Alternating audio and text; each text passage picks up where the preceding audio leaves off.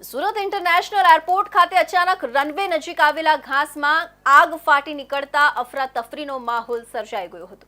ઘટનાની જાણ થતાં જ ગાડીઓ દ્વારા પાણીનો મારો ચલાવીને આગ પર કાબુ મેળવવાનો પ્રયાસ શરૂ કરવામાં આવ્યો હતો। આ દરમિયાન રનવે પર એક ફ્લાઇટ હતી અને તે ટેક ઓફ થાય તે પહેલા જ આ ઘટના બની હતી। બાદમાં આગ કાબૂમાં આવી ગઈ હતી અને રનવે ઓપરેશનલ ચાલુ થઈ ગયું છે। એર ઇન્ડિયા એક્સપ્રેસની સુરત દિલ્હી ફ્લાઇટ એરપોર્ટના રનવે પર હતી અને આગની ઘટના બનતા તે ટેક ઓફ કરી શકી ન હતી। ત્યારબાદ એક હેલિકોપ્ટર લેન્ડિંગ માટે આવ્યું હતું, જોકે તેને હજીરા હેલિપેડ ખાતે ડાયવર્ટ કરવામાં આવ્યું હતું। આ સાથે જ વેન્ચુરાની ફ્લાઇટ પણ અમદાવાદ ડાયવર્ટ કરવામાં આવી હતી। રનવે નજીક આગ લાગી હોવાથી ફ્લાઇટ ટેક ઓફ કે લેન્ડ થઈ શકે નહીં, જેના પગલે ત્યારબાદ આવતી 2 જેટલી ફ્લાઇટને પણ અસર પહોંચી હતી। ફાયરની ગાડીઓ દ્વારા આગ પર કાબૂ મેળવવાનો પ્રયાસ કરવામાં આવી રહ્યો હતો। દરમિયાન એર ઇન્ડિયા એક્સપ્રેસની સુરત હૈદરાબાદની ફ્લાઇટ પણ સુરત પહોંચી ગઈ હતી, જેને અમદાવાદ ડાયવર્ટ કરવામાં આવી હતી। ત્યારબાદ બેંગ્લોર સુરતની ફ્લાઇટને પણ વડોદરા ડાયવર્ટ કરવામાં આવી હતી।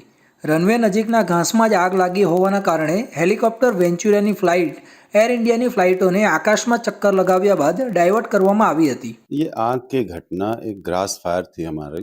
ग्रास फायर में क्या होता है कि हमारे जो बर्ड स्केयरिंग के लिए क्रैकर्स यूज करते हैं, पटाखे यूज करते हैं, तो उस पटाखे की छोटी आग की शोले की वजह से आग लग गई और उसको हमने 1.5 घंटे के आसपास टाइम लगाया और आग बुझ गई। इनिशियली थोड़ी आग बुझाने में दिक्कत जो दिख रही थी, थोड़ा समय लग रहा था, इसके लिए हमने एशेंसी की 2 गाड़ियाँ बुलाई, उनको रिक्वेस्ट किया गया और वो गाड़ियाँ टाइमली आ गई। 2 गाड़ी उनकी और हमारी 5 गाड़ियाँ, टोटल 7 गाड़ियों ने मिलकर आग पे काबू पा लिया और एयरपोर्ट अब ऑपरेशनल। यस, उसमें हमारा करीब 1.5 घंटे के आसपास हमारा ऑपरेशन बंद सा रहा।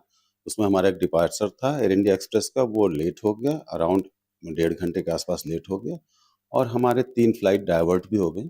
वो 2 फ्लाइट अहमदाबाद गई और एक बड़ौदा गई, जो अब वापस आ गई। એરપોર્ટના ડિરેક્ટર આનંદ શર્માએ જણાવ્યું હતું કે 1:30 વાગ્યા આસપાસ ઓપરેશનલ એરિયામાં ઘાસવાળા વિસ્તારમાં આગ લાગી હતી।